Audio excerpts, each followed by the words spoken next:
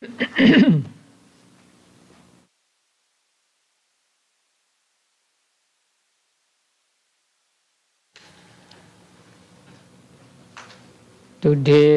we will pick up where we left off last year. So I think we came to the end of this section on karma last year. And so today we'll study the the section called the process of death and rebirth.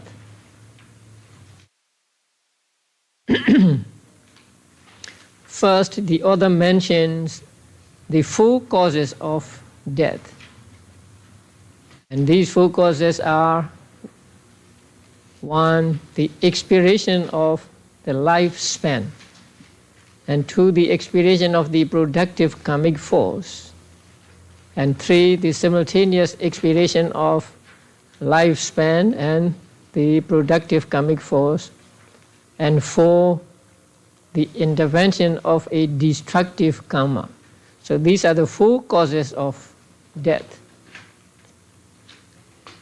These four causes of death are explained with the simile of an oil lamp. So, imagine or visualize an oil lamp burning.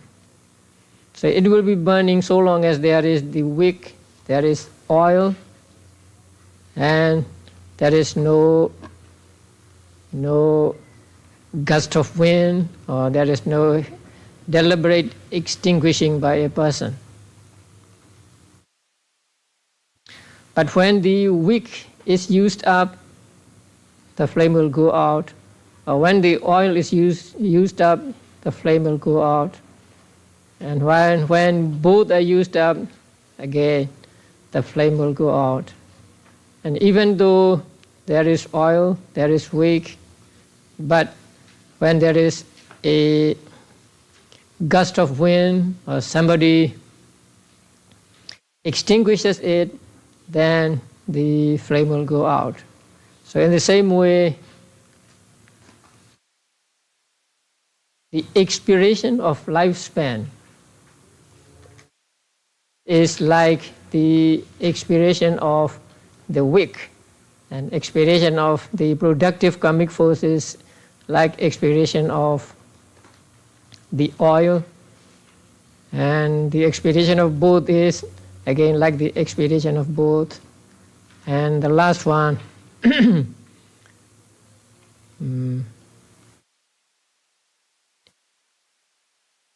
flame going out because of the gust of wind or somebody deliberately extinguishes, is like a destructive karma. So there are these four kinds of death. And death in Buddhism is defined as the interruption of life faculty included in the limits of one becoming or one existence. So jivitendriya or life faculty is important. And when it expires, a person is said to die. So when a person dies, both mental faculty and physical faculty disappear.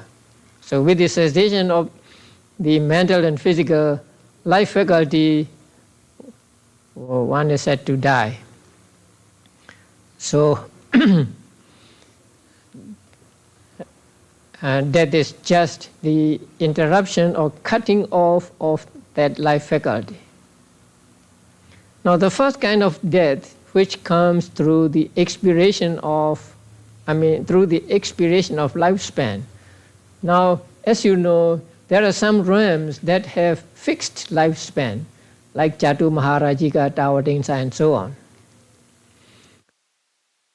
But for human beings, there is no fixed lifespan, but nowadays it is supposed, the lifespan of human beings is supposed to be about 100 years. So if a person dies, say, when he reaches 100 years, although his karmic force is still unexhausted, then he may be said to die through the expiration of lifespan. His past karma may have potential to give him a longer life, but since he was born at a time when human beings live only 100 years and he dies at the age of 100 years, then he is said to die through the expiration of lifespan.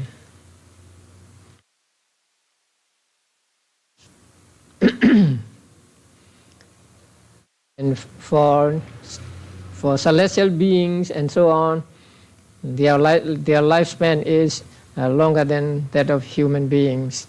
And when they die at the end of their lifespan, say for example for Chatu Maharajikas, if they die at the end of 500 celestial years, then they are said to die through the expiration of lifespan.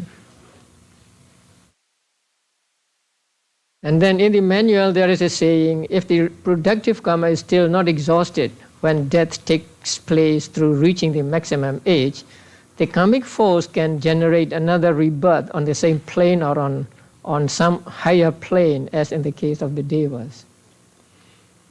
Don't know where he took this from. So I have no way of saying whether it is right or wrong. Maybe he took it from the commentary of Lady Seattle. I don't have that book, and so I cannot say whether it is true or not.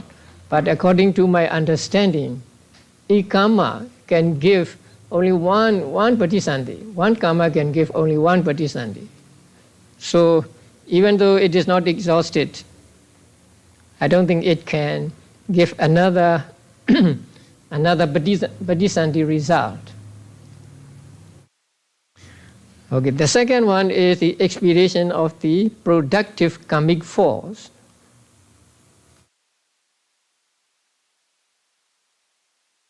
Now this is death before the end of a normal given lifespan. For example, human beings are said to, or supposed to live 100 years now.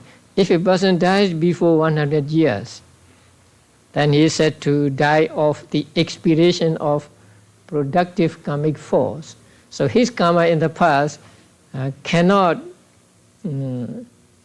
help him to live up to 100 years. So he dies before he reaches 100 years. So in that case, he is said to die from expiration of the productive karmic force.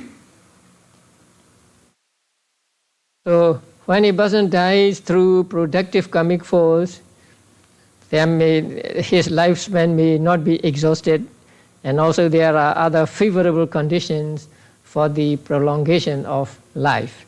Although there are these conditions, and although lifespan is not exhausted, his karmic force is exhausted, and so he dies before he reaches the end of the lifespan. So that is the expiration and death through the expiration of the productive karmic force. When both the lifespan and karmic force simultaneously come to an end, this is death by the expiration of both. That means a human being now dies at the age of 100, then he is said to die through expiration of both lifespan and his karmic force. And the fourth kind of death is through a destructive karma. A destructive karma can be the past karma or done in the present life.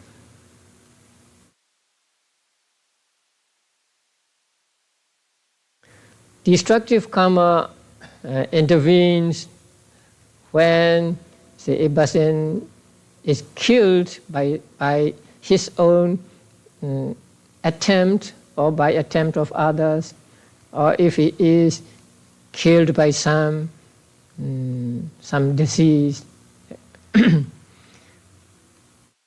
And also, in the case of some persons who committed a very heinous offense against those who are very virtuous, then their karmic force cannot maintain their life or cannot prolong their life up to the end of the lifespan or up to the end of the karmic force. And so their life is cut off, say, before they reach to their normal end. And so that kind of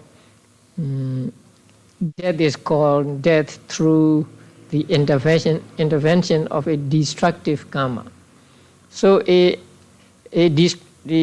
death through a destructive karma can be caused by the karma in the past. I think you have met, you still remember the destructive karma when you study the 4 sets of 4 kinds of karmas.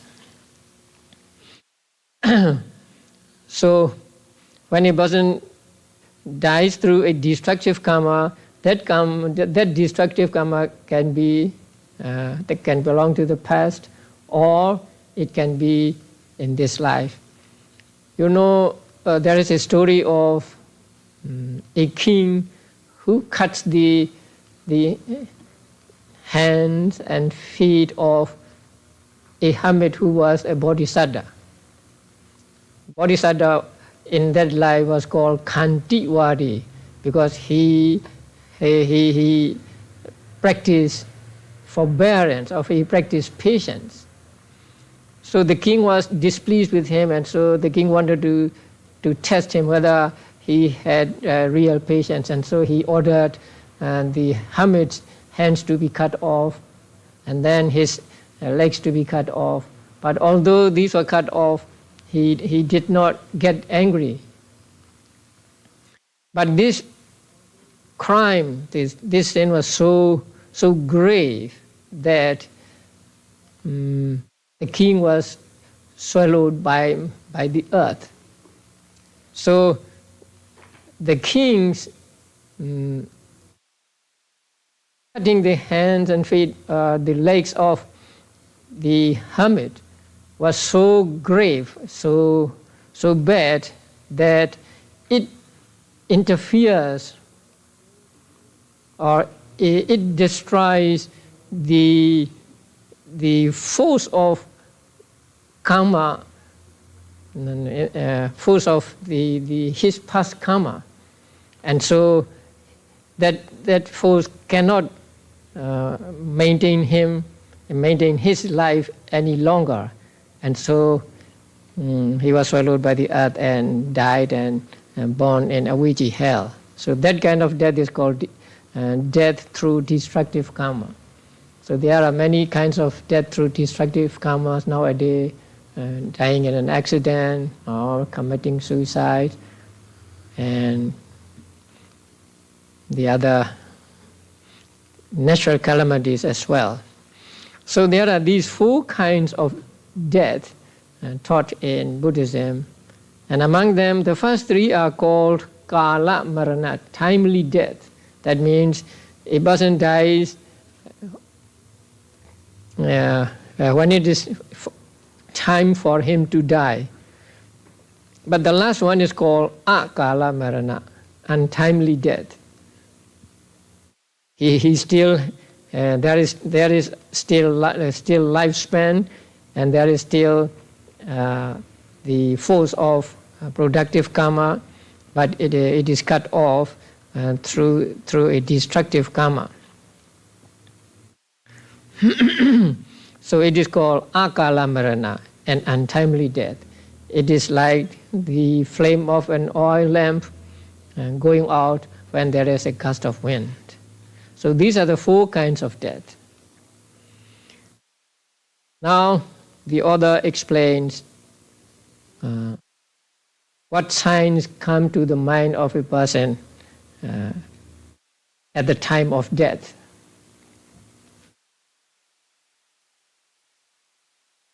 Now, in the case of those who are about to die, at the time of death, one of the following presents itself through any of the 6 sense doors.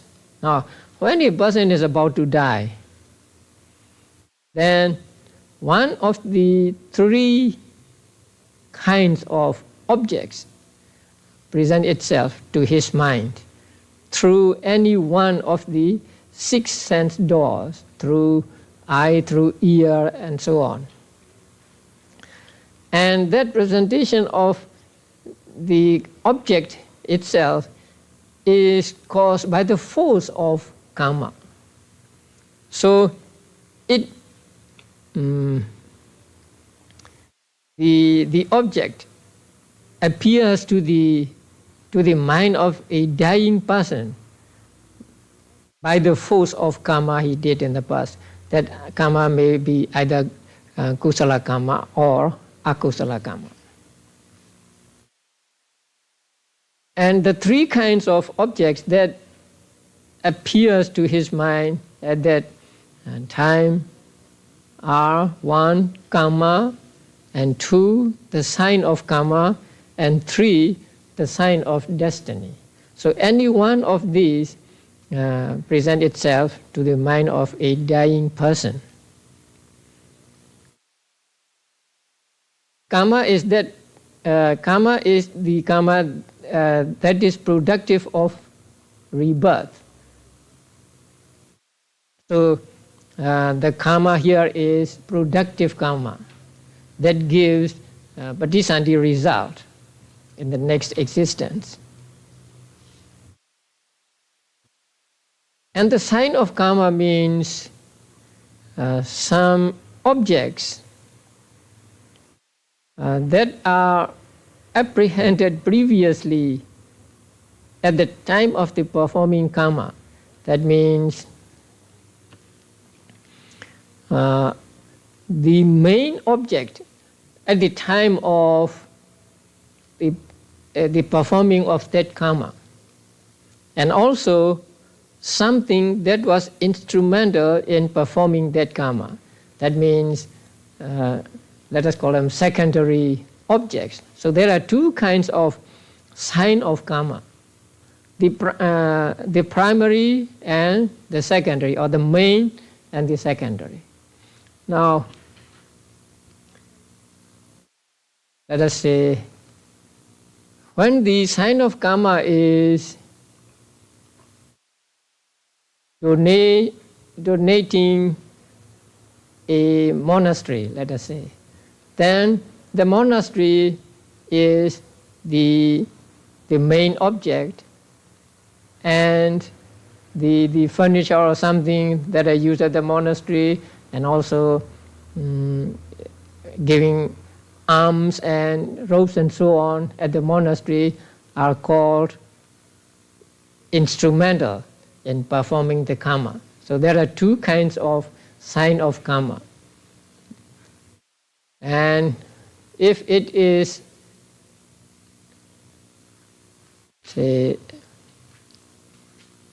erecting a pagoda, then the pagoda is the main object, and the flowers and others, Buddha statues and so on, they are the secondary objects. So similarly, when it is an akusala act, let's say killing an animal, then the animal is the main object, and the weapons used in killing are called instrumental, or they are secondary objects. So in every sign of karma there can be these 2 kinds, 2 varieties, the main and the secondary. So in the text, that had been apprehended previously at the time of performing the karma refers to the main object, and something that was instrumental in performing the karma refers to the secondary objects.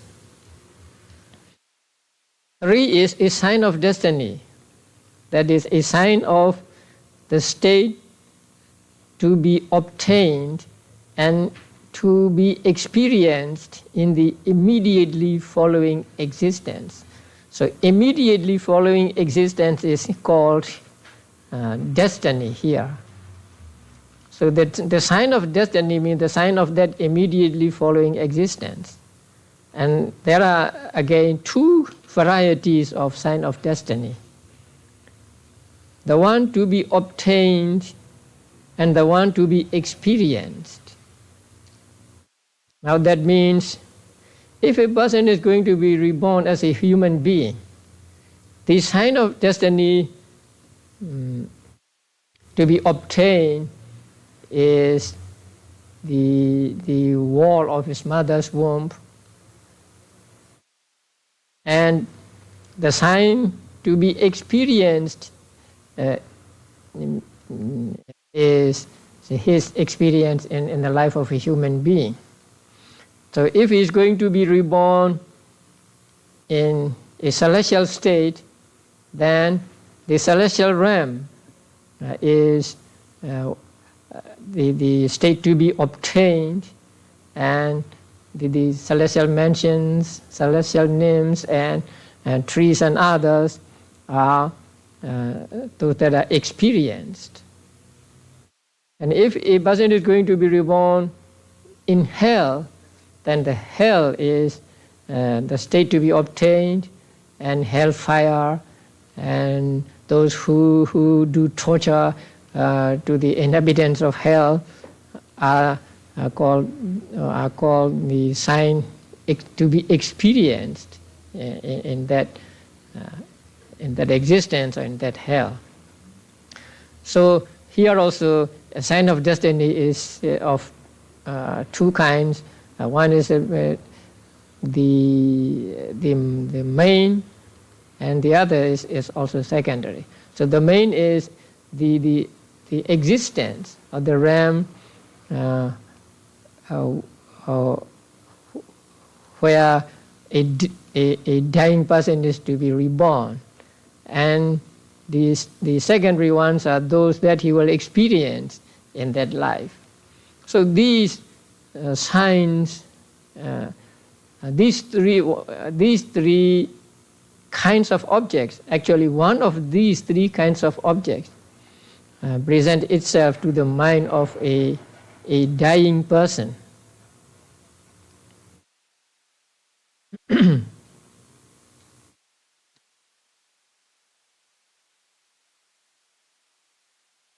Now, in the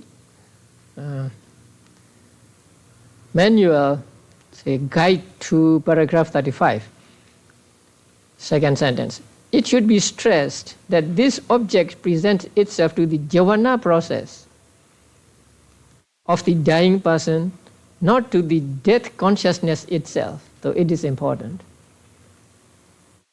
The death consciousness, the final citta in a lifetime, apprehends the same object grasped by the rebirth consciousness and bhavanga of the existence that is about to end. So these three kinds of objects present themselves to the jhana process and not to the death consciousness. The object of the last jhana process then serves as the object of the rebirth consciousness and bhavanga in the next existence, and becomes in turn the object of death consciousness at the end of that existence. Now, it is important that, because if we do not understand this, we might say that the object of patisandhi, bhavanga, and chuti are all same in all lives. So the karma or sign of karma or sign of destiny in one life will be the object of patisandhi, bhavanga, and chuti in other lives as well, and that is not correct. So here, as you know, in one life, patisandhi, bhavanga, and chuti have the same object, same identical object. Now when we look at the diagram, it will be clearer. So the object presented to is not to the death consciousness, but to the jhana process. In other words, these objects are taken as object by the jhana process and not by chuti cheda, not by death consciousness. Okay, now, so a person who is dying, to the mind of a person who is dying, any one of these objects presents itself.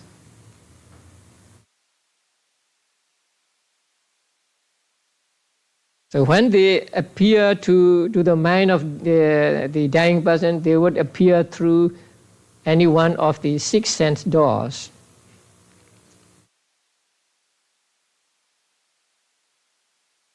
And they appear to the mind of the dying person through the force of the karma he did in the past. In the past mean in this life or in the past lives. Okay, now next paragraph. Thereafter, attending to that very object thus presented, the stream of consciousness continually flows, inclining mostly towards that state.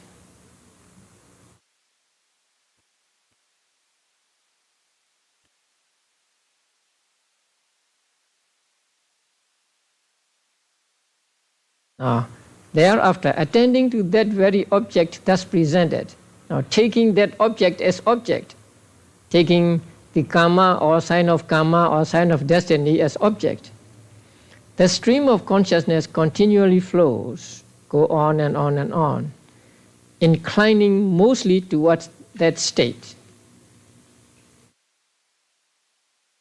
That means inclining mostly towards the state he is going to be reborn in.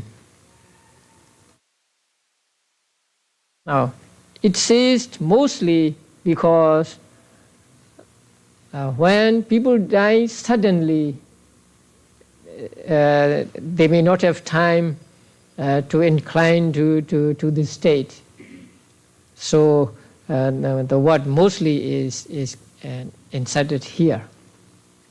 Now, if you kill a fly, say by hitting it, it may not have time, say to incline towards the existence it is going to be reborn in, and there can be no pure continuity of consciousness or corrupted continuity of consciousness at that time, because it is just killed instantly. So for those beings, the inclining towards the state to be born in, and also the mind to be pure or to be corrupted cannot happen. So the word mostly is put here. Now, that stream of consciousness is in accordance with the karma that is to be matured, whether pure or corrupted. So his stream of consciousness will be pure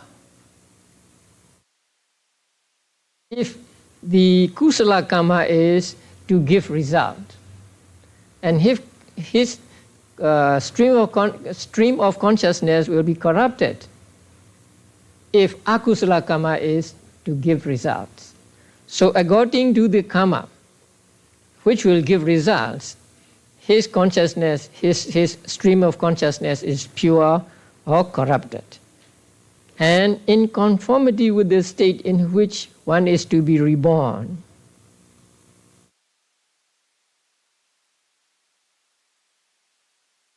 So when a person is going to be reborn in the human realm, then his mind will be inclined towards that human realm.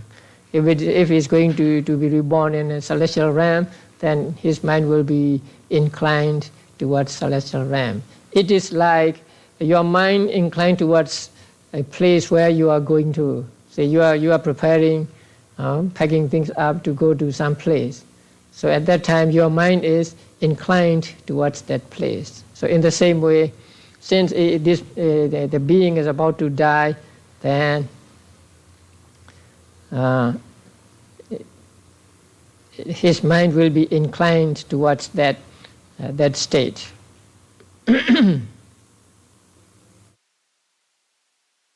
Now, attending to that very object thus presented, this is a general statement. For most people, their mind will take the object thus presented. That is, their mind will take the object that is presented, whether it is karma or sign of karma or sign of destiny. But sometimes we can do something to change that presentation of objects. I have repeatedly told you about a man who had been a hunter, and in his old age, his son, who was an arahant, ordained him, and he became a monk.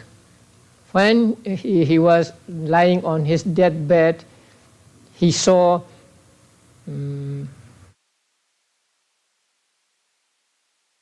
dogs running after him or surrounding him. So at that time he was frightened, and he said aloud, get them away, or something like that. When the son heard this, he knew that the signs of nirya, the signs of hell, had occurred to his father. So he had his novices bring flowers, and then he put the flowers on the terrace of the pagoda, and then he had his father taken to the pagoda, and then told him, now these flowers are for you to offer to the Buddha. So do you offer to the Buddha and get your mind clear, or get your mind settled. So when he offered flowers to the Buddha, those signs changed. Instead of those signs of dogs running after him disappeared, and instead he saw celestial nymphs. So when he saw celestial nymphs, he said to his son, go away. So the son said, why? He said, no, your mothers are coming. So with that mind he died, and he was reborn as a celestial being. So first, the object presented was the sign of destiny of hell. But his son was an arahant, and he knew what to do. So he tried, and he succeeded in changing that sign of destiny from a sign of hell to a sign of celestial realm. So attending to that very object thus presented is a general statement. So in some cases, he may attend to the object produced by his relatives, or say whoever happens to be near him.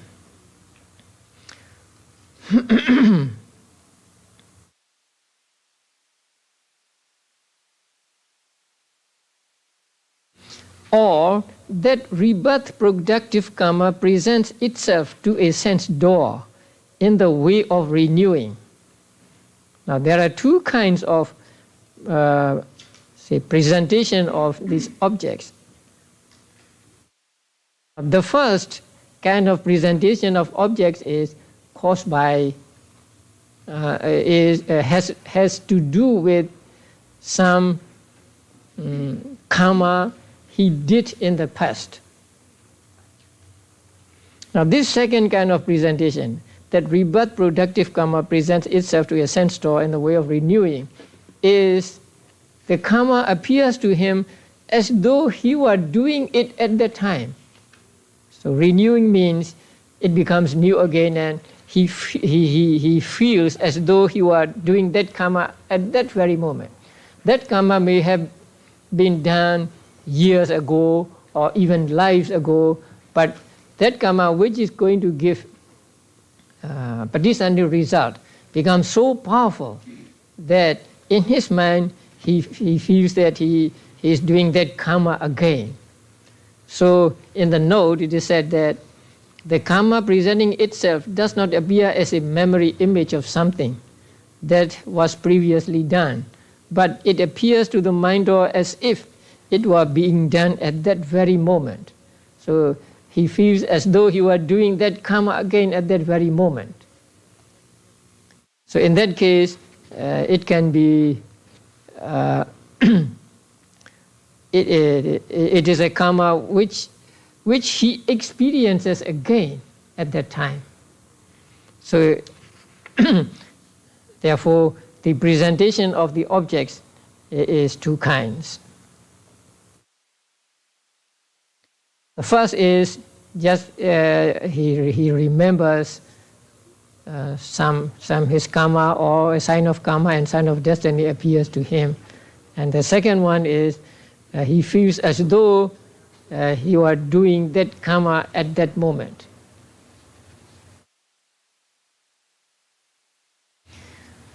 Now, death and rebirth linking. Now, up to this passage, the person has not yet died. The person has not yet reached the last thought process.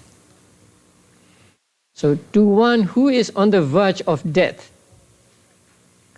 either at the end of a cognitive process, that means viticita, or at the dissolution of the life continuum, the death consciousness, the consummation of the present life arises and ceases in the way of death.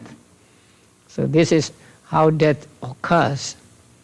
To one who is on the verge of death, who is near his death, either at the end of a cognitive process, that means either at the end of jhana or tadaramana, death consciousness will arise.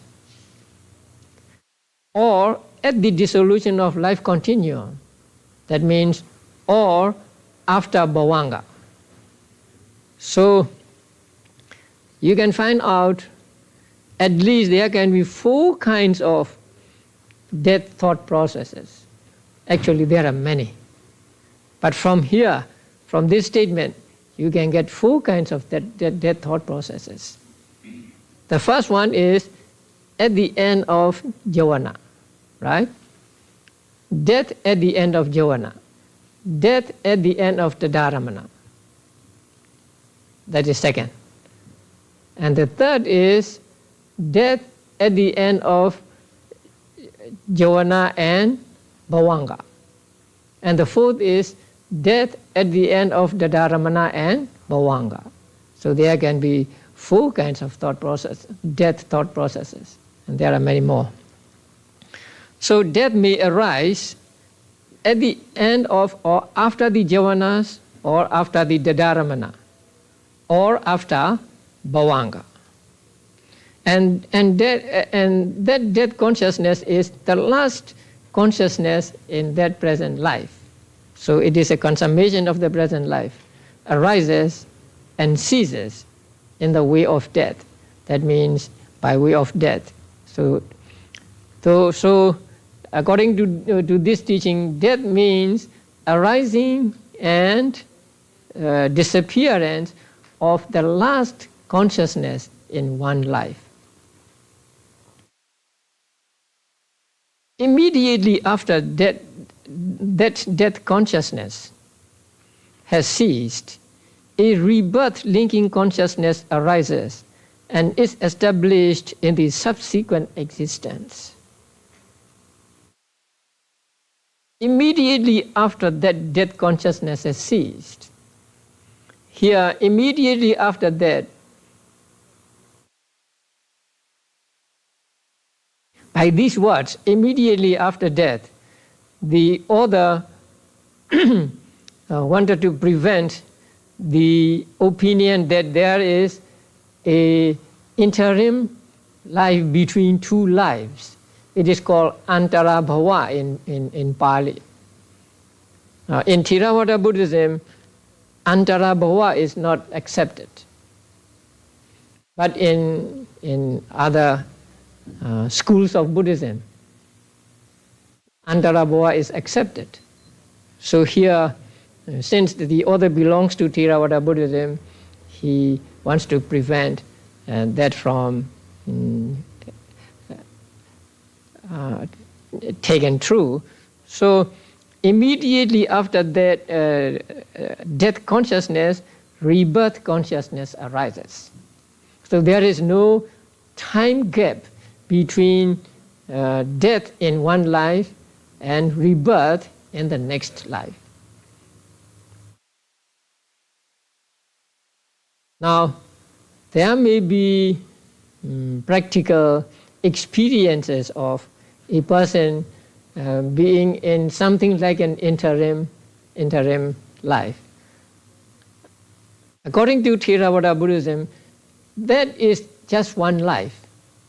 That is not an interim period between one life and another. That what is called interim period itself is one life. So, for example, a person dies, and then he may be reborn as a ghost, and he may be living as a ghost for 7 days or whatever, and then he dies as a ghost and reborn as a human being. Now, Theravāda Buddhism takes that life as a ghost is just one existence, one bhava. It is not an interim period between one life and another. But according to the other schools of Buddhism, that period is said to be just an interim period. So they don't call it a life.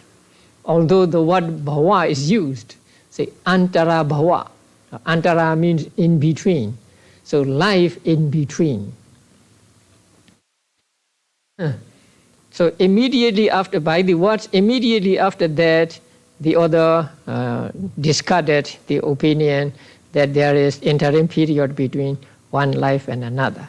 So according to the teachings of Theravāda Abhidhamma, death is immediately followed by rebirth consciousness. And as soon as rebirth consciousness arises, is in a new life. So, rebirth linking consciousness arises and is established in the subsequent existence. As soon as the rebirth consciousness arises, he is already in a new life. Not that rebirth consciousness arises before the new life, and then when the new life appears, rebirth consciousness has reached its static stage or dissolution stage. So rebirth consciousness arises immediately after the expiration of death consciousness. And that rebirth consciousness, apprehending the object thus obtained, that means taking the object which was taken by the thought moments before death moment,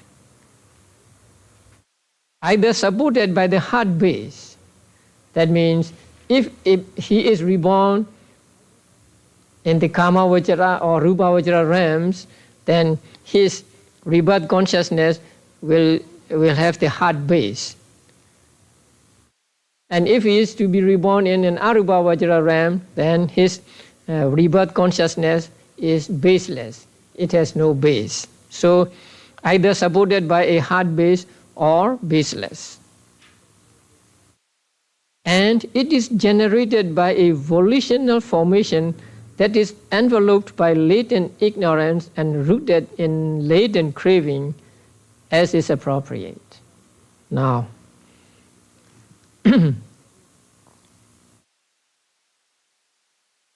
hope you have the picture or diagram in your mind, or you can look up at the diagram. So there is death consciousness and there is rebirth consciousness. Now that rebirth consciousness is generated by a volitional formation. Volitional formation means just karma. So it is generated by karma.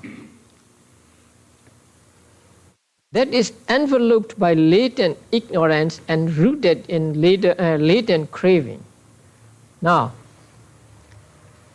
in beings, in the mind of beings, ignorance or avidya, moha, and craving, tanha, is always latent.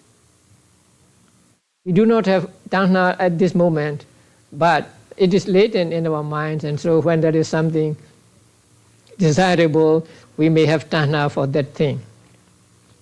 So there is always ignorance and craving latent in our minds. Now, if the karma is a kusala karma,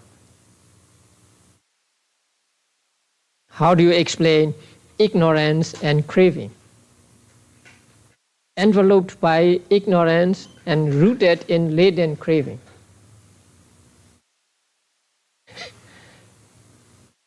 Actually, if it is kusala karma, it is not associated with ignorance and craving, right? It is not sampayutta with ignorance and craving. Although it is not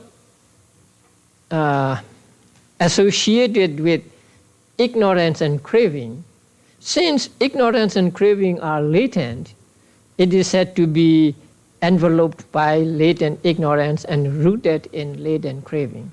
So here, with regard to kusala karma, their relationship is not association, not sampayutta, but decisive support, upanisaya. So by a kind of condition called decisive upanisaya,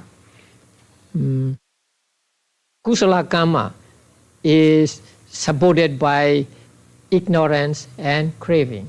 So that means they do not arise at the same time. But because there is ignorance and craving, there is kusala karma. We do kusala because we have ignorance and we have craving. If we do not have ignorance and craving altogether, we do not acquire kusala, right? Like arahants.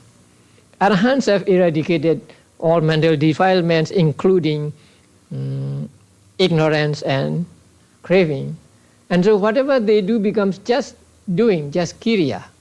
So they do not acquire kusala.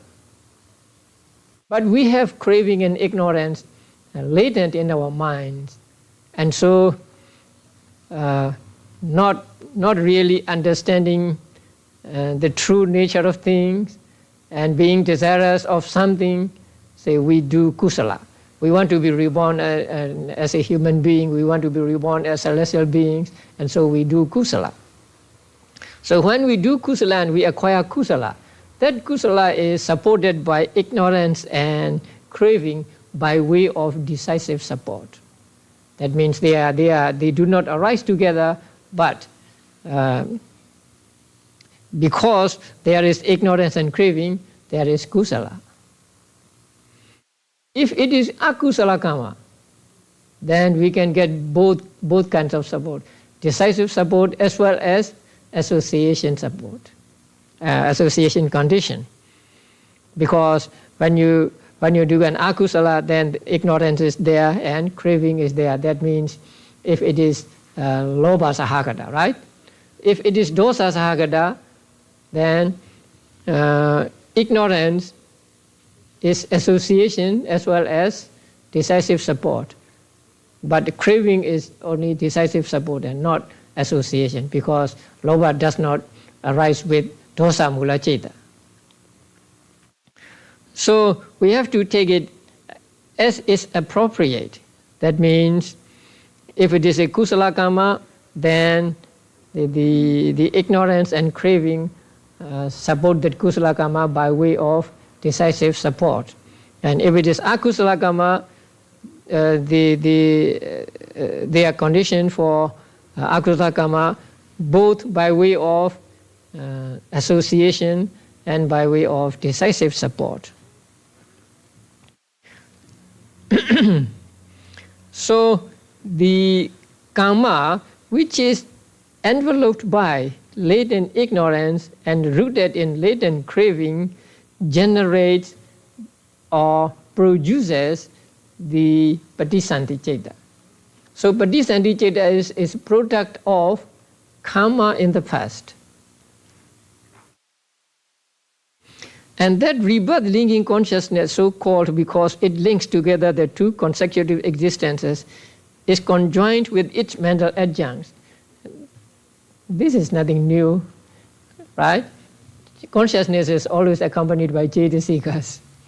So this consciousness is called relinking consciousness because it links together the two consecutive existences, the old existence and the new existence.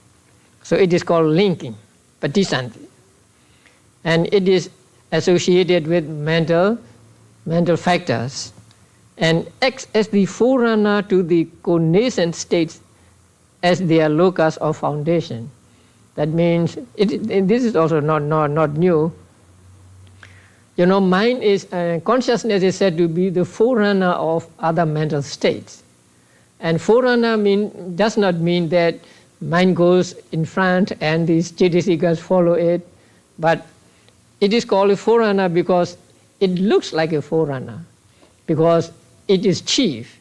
The cetasikas can arise only when there is consciousness. So consciousness is like a foundation, a place for cetasikas to arise.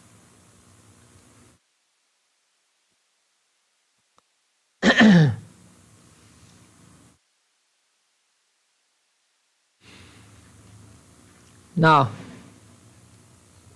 in the notes to guide to paragraph 37, the last cognitive process begins when the bhavanga is interrupted, vibrates for one moment, and is then arrested.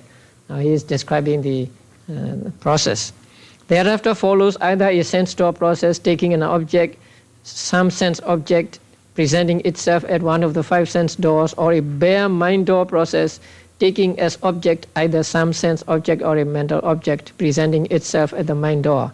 Within this terminal process, the jhana phase, by reason of its weakness, runs for only 5 mind moments rather than the usual 7. We'll come to that later also. Now, this process lacks original productive karmic potency, but acts rather as the channel for the past karma that has assumed the rebirth generative function. Now it is important. Now you know the death thought process, and there are jhanas in death thought process. Now the question is, which produces patisanti citta? Karma or cetana at that death thought process, or karma in the past? Is it the past karma that produces patisanti, or karma at the moment of 5 jhana consciousnesses? Yeah? No, so here it is said, the process lacks original productive karma potency. So actually, we do not call the cetana associating the 5 thought movements karma, because they do not constitute karma, because it is too weak. to be productive of Patisandhi. So they lack the original productive karmic potency, but acts rather as the channel for the past karma that has assumed the rebirth generative function. So they are supporting karma. You know, there are a productive karma and supporting karma, right? And obstructive karma. So the karma in the past is productive karma, and the karma at the moment of death or at the moment of death javana process is supportive karma. So they act as just a channel for the past karma to give the result as patisandhi. Following the javana stage, 2 registration chetas, the dharamana may or may not follow. In some cases, the bhavanga may follow the last process chetas. Then, as the very last cheta, the death consciousness arises, performing the function of passing away from the present life. With the ceasing of the death consciousness, the life faculty is cut off. So, with the cessation of death consciousness, life faculty is also cut off. Then the body remains a mass of inanimate material phenomena born of temperature or uttu, and continues as such until the corpse is reduced to dust. So it is how death occurs.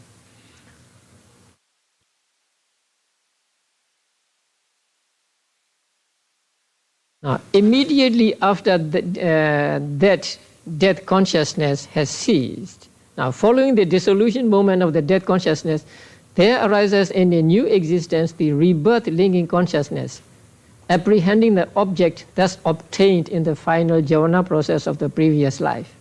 Apprehending means just taking the same object as was taken by the javanas. This cheta is supported by the heart base in realms which include matter, but is baseless in the immaterial realms. It is generally generated by a volitional formation, that is the karma of the previous javana process. That means karma in the past, which in turn is grounded in the twin roots of the round of existence, that is latent ignorance and latent craving. So that karma is enveloped by latent ignorance, and that karma is rooted in craving. So we should understand that to mean the ignorance and karma serve as the decisive support and also as association support. The rebirth consciousness is conjoined with its mental adjuncts, that is, the cetasikas, which it serves as a forerunner, not in the sense that it precedes them, but in that it acts as their locus or foundation.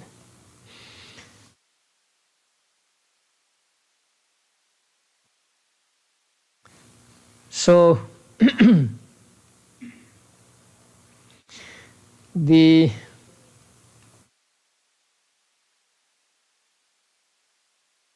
volitional formation. Now, there are 2 kinds of volitional formation here.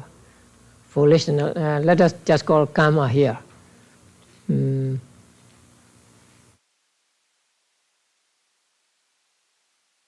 One that is done in the past, and the other that is at the moment of 5 javanas.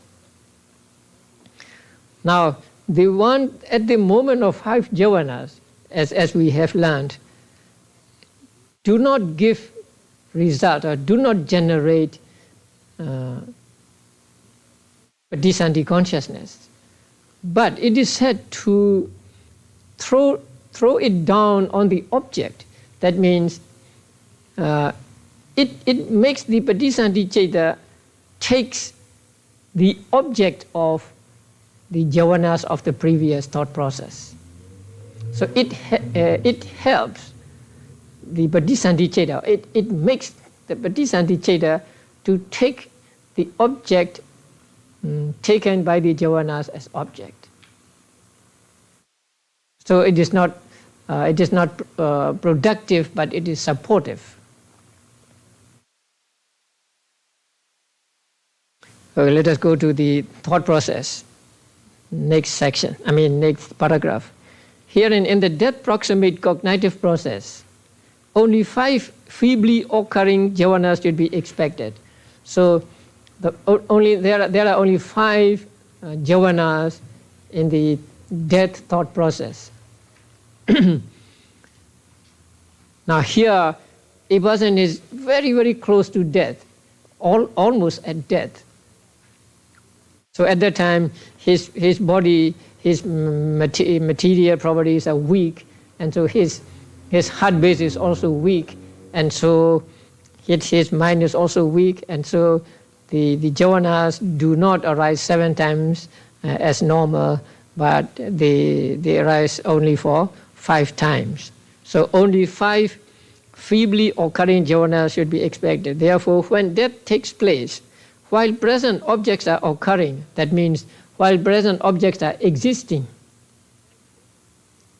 and have entered the avenue of sense, then the rebirth, linking, and life continuum of the new existence also take a present object.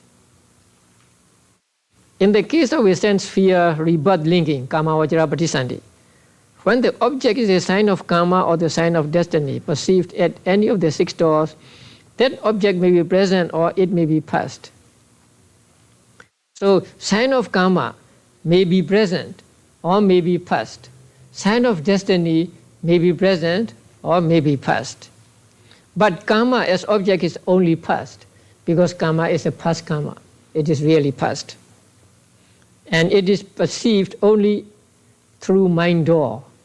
Now, the sign of karma and sign of destiny may be of six kinds of objects, and so they may be presented through 6 doors. But karma is past only, and it is presented through mind door only.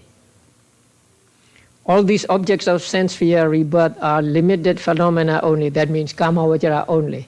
So whether it is karma or it is sign of karma or it is sign of destiny, it is karma vajra object. I hope you remember the objects divided into karma vajra object, mahagata object, and lokutra object, right? So karma vajra ceta, cetasika, and rupa are called karma vajra object. And rupa vajra and arupa vajra cetas are called mahagata object, and nibbana is called nibbana object. So the object of the karma vajra patisandhi is karma vajra object.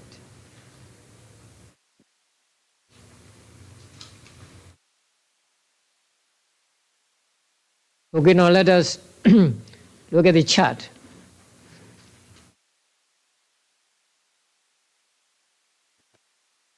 So this thought process is just one of many death and relinking thought processes. So please do not take it to be the only death thought process. And it is for a man who dies in a Kamavajra realm and who is reborn in Kamavajra realm. And in this example, the Gati Nibbida is taken as object. Kama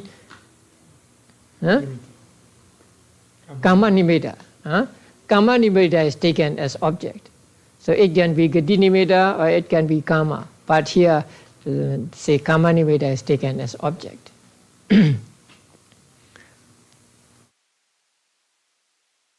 So when death arises, so there is a death thought process, and it begins with, what is that? First, past bhavanga, because here the object is present object. So there is bhavanga, and then the past bhavanga, and then vibrating bhavanga, and then arrested bhavanga.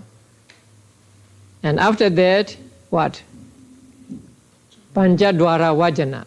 So the mind turning towards the object, and then Sampadechana, and then Santirana, and then Uttapana, determining, and then 5 jhanas. And after the 5th jhana, there is what? Chuti, death consciousness. That is the end of one life. So immediately after death arises relinking of Padisandhi consciousness. And after Padisandhi consciousness, there are 16 or 17 moments of bhavanga. And after the bhavanga, there is another thought process beginning with manodvara vajana, so mental thought process, manodvara vajana, and then 7 moments of jhana, and then bhavanga again. So this is a thought process of death and rebirth, or how death and rebirth occurs. Now, is that Padisandhi? In the first life? Yeah. So the Padisandhi, bhavanga, and then chuti of life 1 are identical, right? So if the object of Padisandhi is kama, then the object of bhavanga through life is kama, and object of death is also kama. Then if the object is kama nimitta, then all kama nimitta, and if it is gati nimitta, the object of the other consciousness, bhavanga and chuti, is also gati nimitta. But in the death thought process, beginning with what? Panchadwara vajana, right? Yes. Beginning with Panchadwara vajana, they take the present visible form as object here. And so jhanas also take the present visible object as object.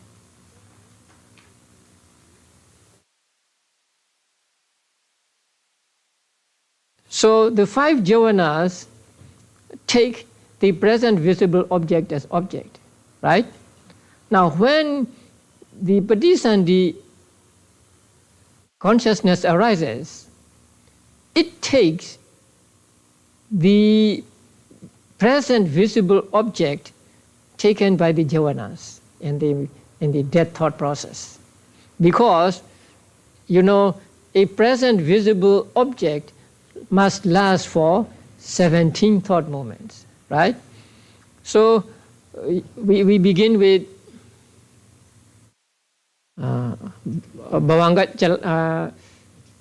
atita bhavanga, right?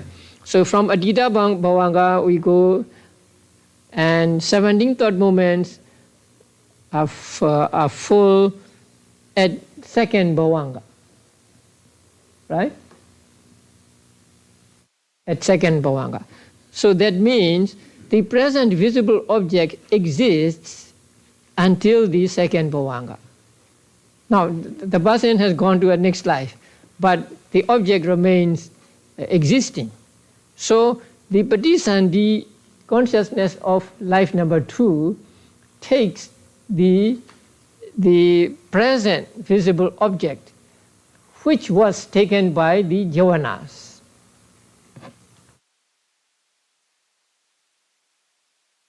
And at bhavanga 2, the present visible object disappears. So the other bhavangas take that object which has disappeared, or the past visible object.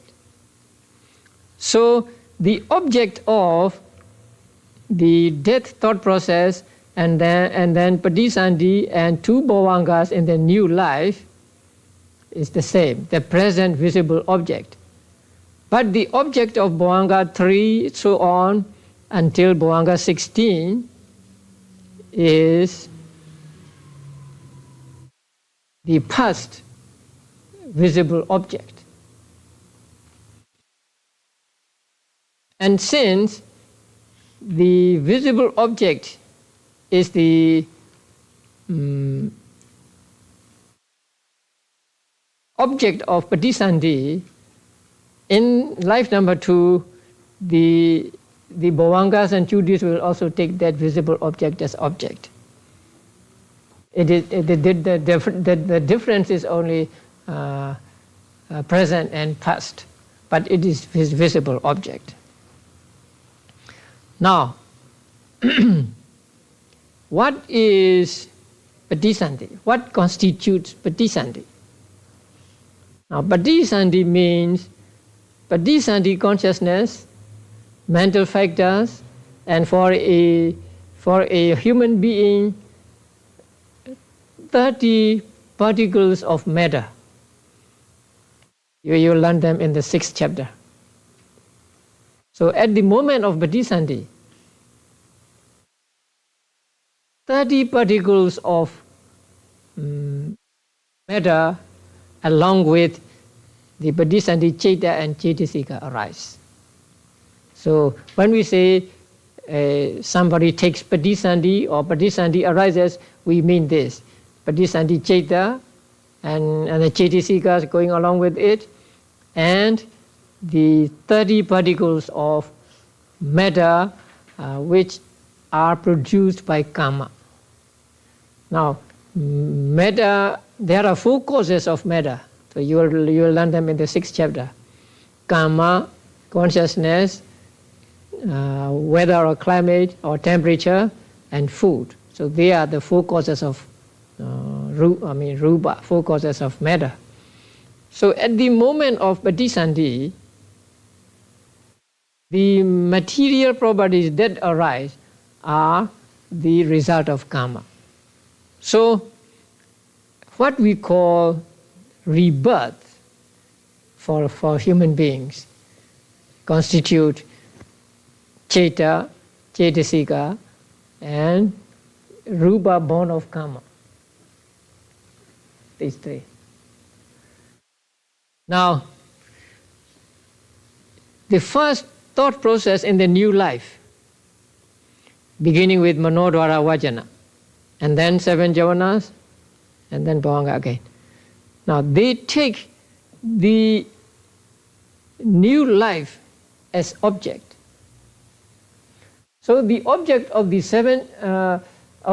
first thought process in new life takes that new life, what we call Patisandhi, as object. And then Bhavanga and others take the Kama or Kama Nimitta or Gati Nimitta as usual. So,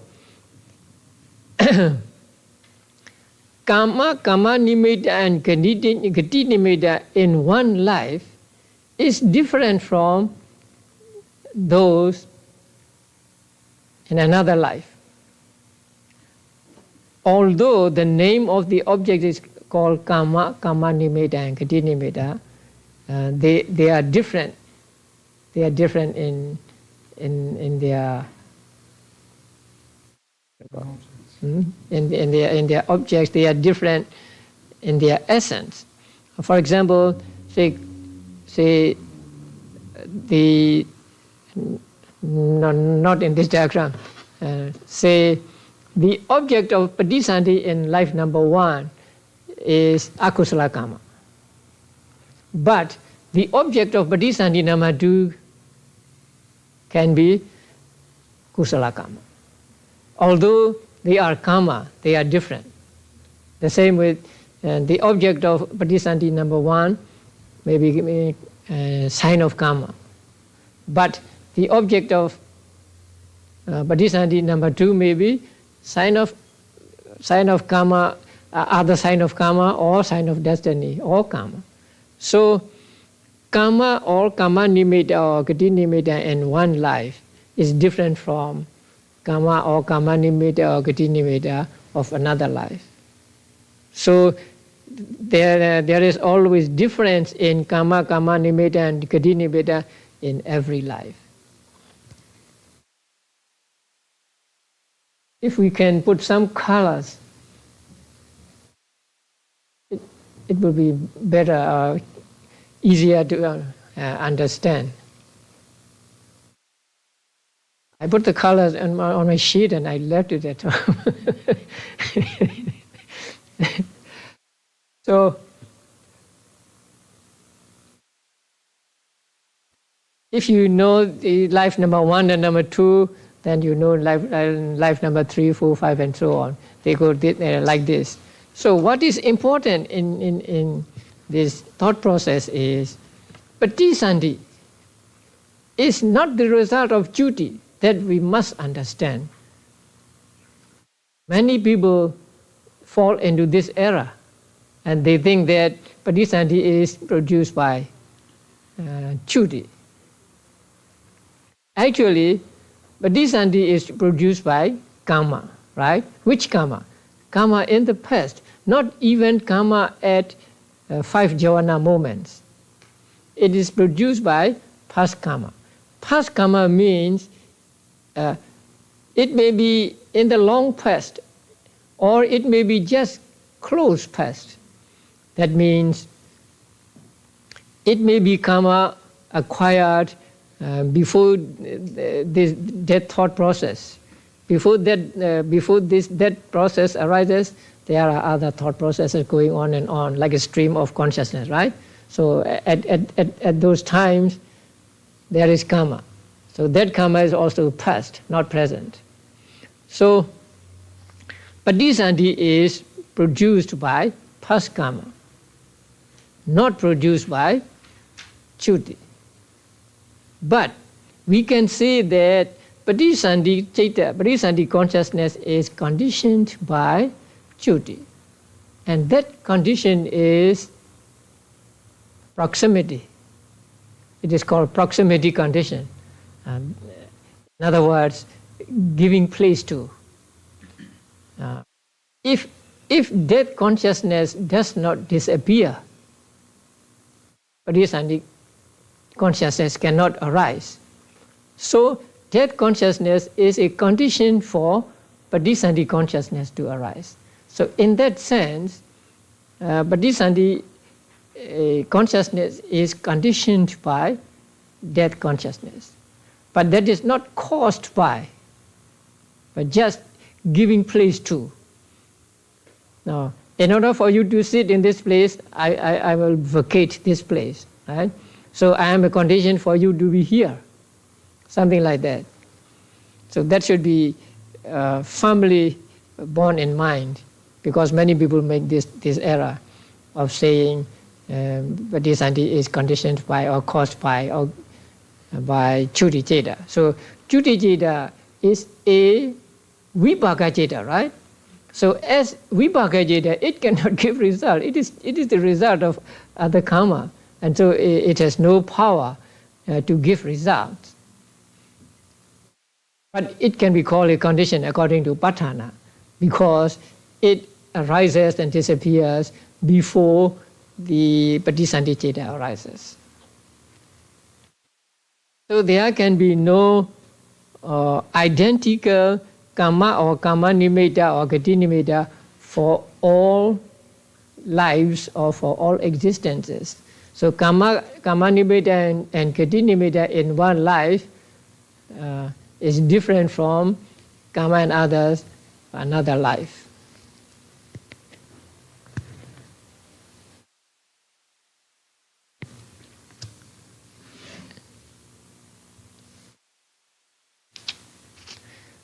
Now, I want you to turn to page 224, about the middle of the page. Let us just read in the paragraph beginning with, in the case of a sense sphere rebirth linking, etc. If the object of the rebirth consciousness is a karma, then it is necessarily past and must be a mental object apprehended at the mind door. It is presented through mind door. If the object is a sign of karma, then it can be apprehended at any of the 6 doors and may be either past or present. Until this, it is okay. In the case of the sign of destiny as object, gati nimitta, different teachers advance conflicting interpretations. Some commentators, including the author of the Vibhavanitika, holds that the sign of destiny is necessarily a present visible form, visible object, apprehended at the mind door. So according to that tika, the sign of destiny is a present visible object, and it is taken through mind door, not through eye door. So you do not see the sign with your eyes, you see the sign with your mind. They interpret Acharya Anuruddha's statement, that means the statement of the manual in the text as meaning, when the object is a sign of karma, it may be perceived at any of the 6 doors and may be present or past. When it is a sign of destiny, it is perceived at the 6th door, that is the mind door, and is present. Now, in the original Pali, cha dwara gahidan, the word cha dwara gahidan is used. So this word can be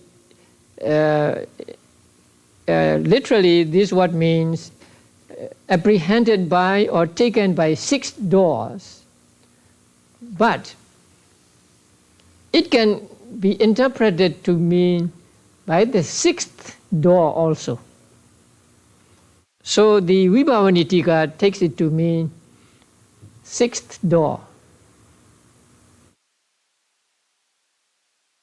So according to Vibhavanitika, the Gati Nimitta is always present visible object presented through mind door. Other commentators, including Lady Seattle, reject this interpretation as forced and too narrow. They argue that Acharya Anuruddha must be taken at his word, as holding the wider view that the sign of destiny can be past or present and may appear at any of the 6 doors. So according to these teachers, Gati Nimitta is the same as Kama Nimitta. It can be of six kinds of objects, and it can come through 6 sense doors. Lady Seattle asserts that when the Abhidhamma text commonly speak of the sign of destiny as a present visible object appearing at the mind door, this is said by way of its usual manifestation, but does not mean that it does not become manifest in other ways, for example, as the groans of those in hell, or as celestial music or fragrance, etc. So Gati Nimitta may be not visible object only, it can be audible object, or it can be smell, and so on. Now, there is a story of Dhammika Upasaka in Dhammavada. So when he was about to die, then the sign of destiny appeared to him. And that sign of destiny was the chariots from six Deva Lokas, asking them to get into their respective chariots. Say, please step into our chariot, we will take us to our realm, like that. So he saw those signs. And he also hears, because those devas are inviting him to step into their own chariots. So their Gati Nimitta is not only visible object, an audible object is also Gati Nimitta. And he may have smell of celestial flowers and so on. I don't know that. So the other commentators, including Lady Sarah, take that Gati Nimitta can be not only visible objects, but also object, and it is presented through any of the 6 sense doors.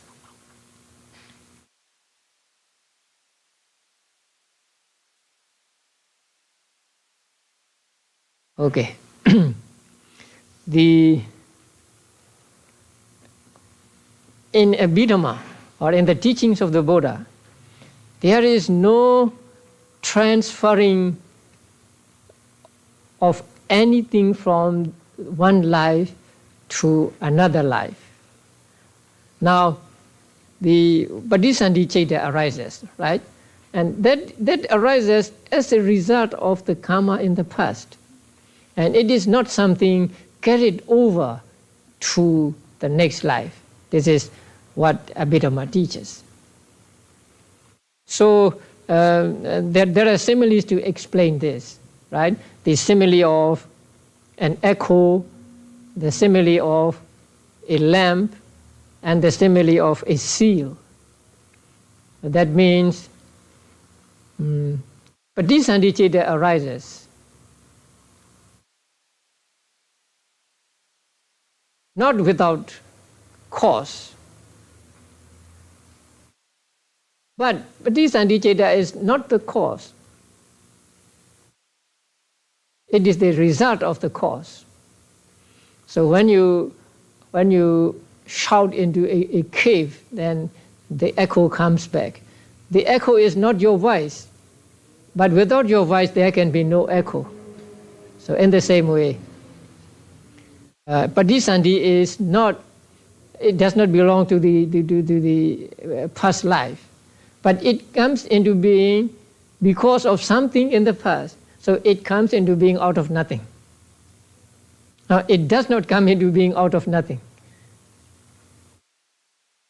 And the same as the oil lamp. So you light your lamp from another lamp. So the flame you get is not the same flame as the other one, but that flame comes into being not without the flame in the old lamp. And also the seal. So when you put the seal on the paper, then there is an impression of seal there. So that impression is not the seal, not the seal transferred to the paper. But without that seal, there can be no impression. So in the same way, what arises in the new life is not totally disconnected with something in the past life.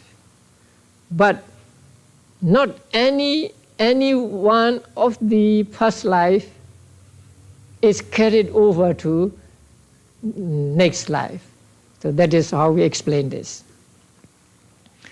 So whatever arises at the moment of Patisandhi is, according to this teaching, the result of the karma in the past.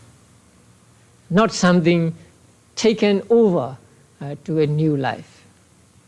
But there is a kind of continuity going on, and so in conventional terms we say a person is reborn. Even we say the bodhisattva is reborn as a king, a bodhisattva is reborn as an animal, and so on. But actually, there is no bodhisattva reborn as a human being or as a deva or as an animal, because nothing from the past life is taken over to the next life. But something in the past life causes something in the new life to arise. And since it is the result of the cause, it may possess some qualities of the cause. Not that the qualities are taken over, transferred to the next life, but the result themselves, like say when you grow a mango tree, then you get the mango fruit. So in the same way, the result in the next life is similar to the cause in the past life. So this is how we should understand this life and next life. Okay.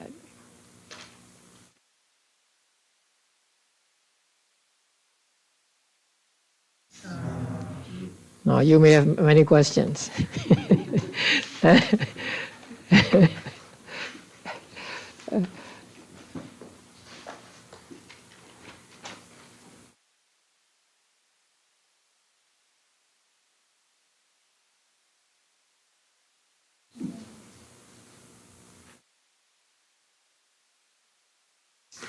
Can you clarify what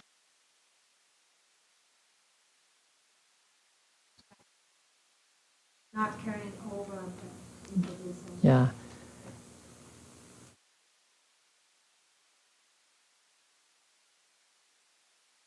As I said before, say the qualities of the cause are produced in the effect. Not that the qualities are transferred, but they are produced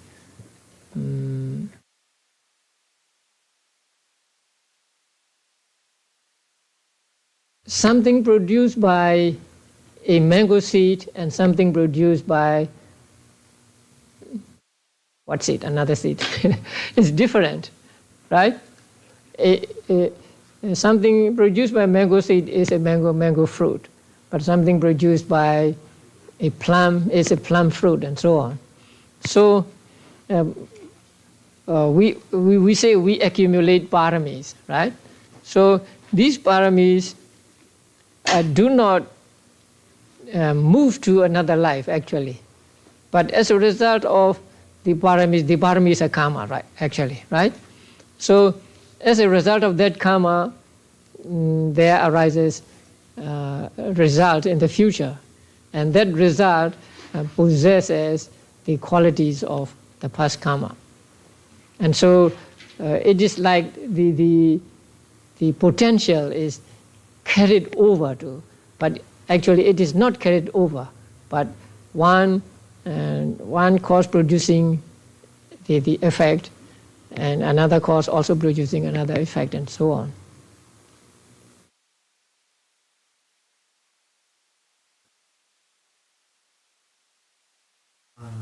During your lecture tonight, you referred to craving and Ignorance. I can understand how craving can be latent. I might like chocolate, but if I don't see it, I won't think of it. If I see the chocolate, then I'll want to eat the chocolate. But the idea of latent ignorance is harder for me to grasp.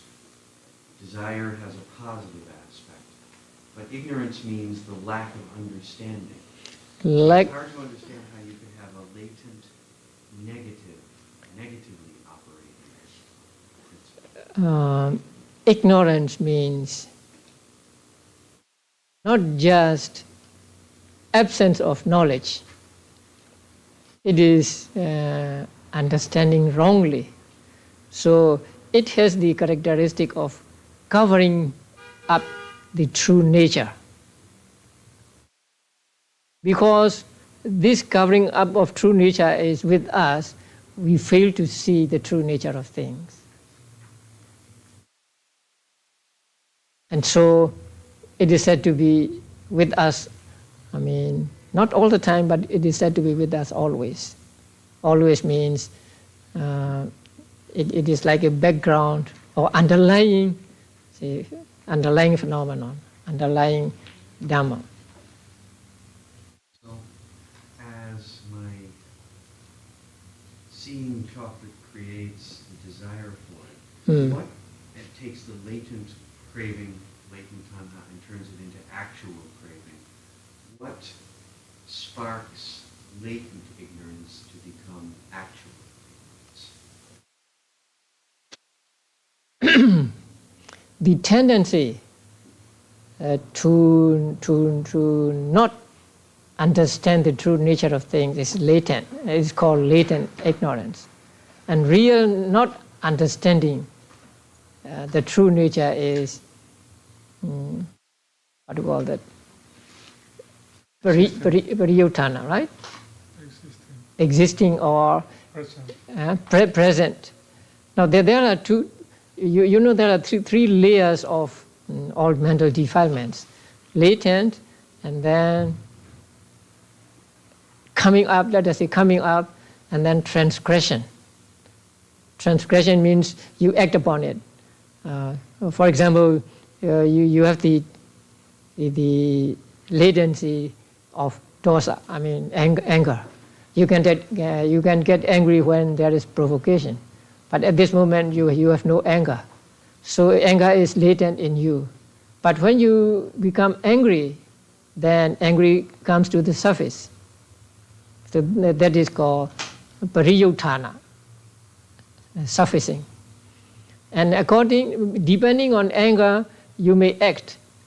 You may hit a person or you may kill a person through anger. And so that hitting or killing is called transgression stage. So there are 3 stages. When you are doing something some meritorious deed, there is no ignorance, no not understanding in your mind. But since it is latent, it is very deep in your mind, you have the tendency to not understand things. So when you really don't understand and understand it wrongly, it becomes moha, ignorance, surfacing. It is still difficult, right? Well, I can see my question is more about the nature of ignorance than the nature of latence. When there is craving, there is ignorance. Yeah, craving is always accompanied by ignorance. Ignorance accompanied all 12 akusala chetas. Because we do not understand the real nature of things, we are attached to these things. We want these things. If we really understand the true nature of things, that they are impermanent and so on, we will have no craving. So, when we have liable to crave things, so it is in the stage of latency. And then when we really are attached to things, then it becomes surfacing. It is called kilesa at that time. And when it is latent, it is called anusaya. And the anusaya of ignorance is always with us, means we always have this tendency to not understand the true nature of things. And that is why we have to practice meditation and try to dispel or avoid this not understanding. So when we do not understand something, or we understand it as permanent and so on, then it becomes the real ignorance. So it is always with us until we become arahants. So when I do a meritorious deed with the goal to be reborn in a celestial being, because my understanding that does that combine, I think that is craving for a better.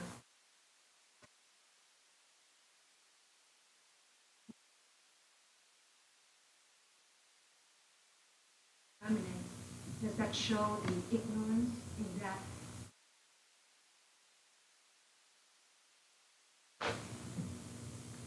Because if I understand correctly, I would realize that even the highest celestial realms would have an ending for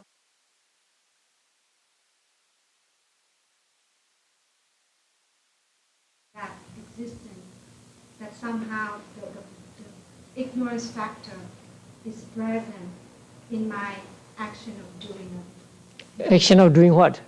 Meritorious. Oh, it is not present. Because as you know, ignorance and merit cannot arise together simultaneously. But it acts like the decisive support. It is something like a basis on which we live. So long as we have the tendency to be ignorant of the true nature of things. So at the moment of doing meritorious deed, you have no avijja arising in your mind as sampayutta.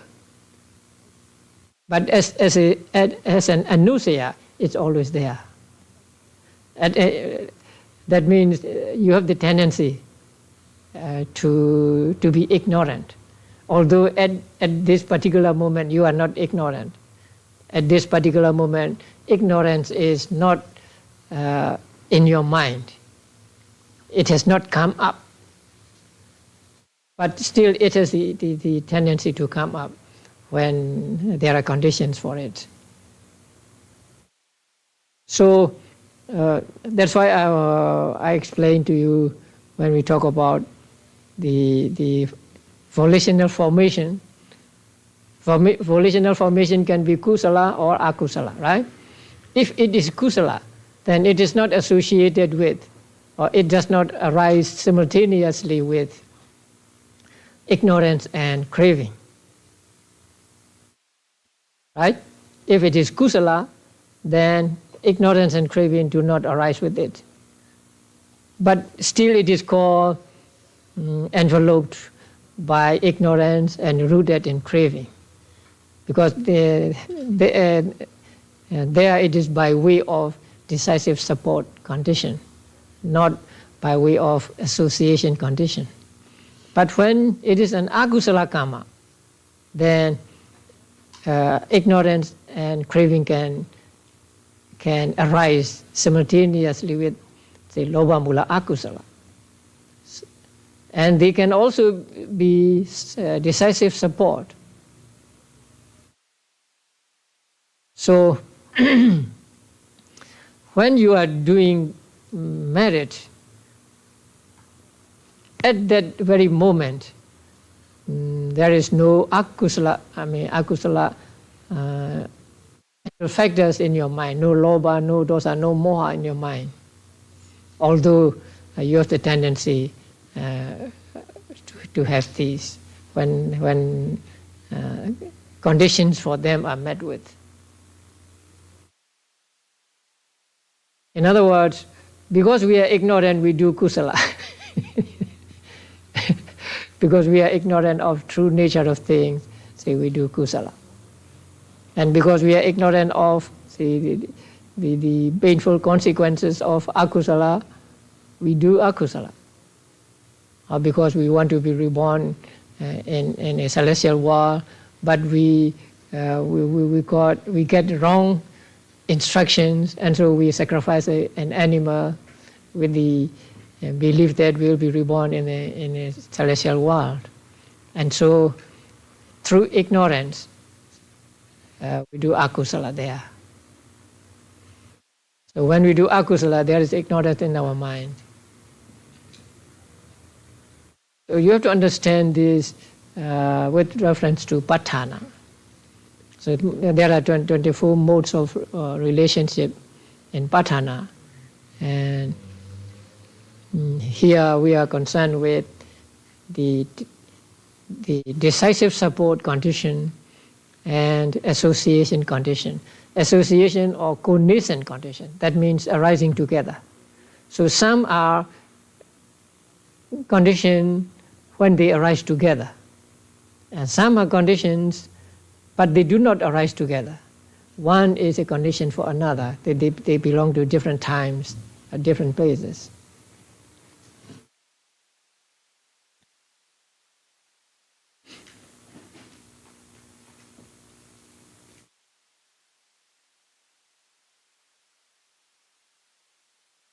In the human realm, we have the body and we have the mind.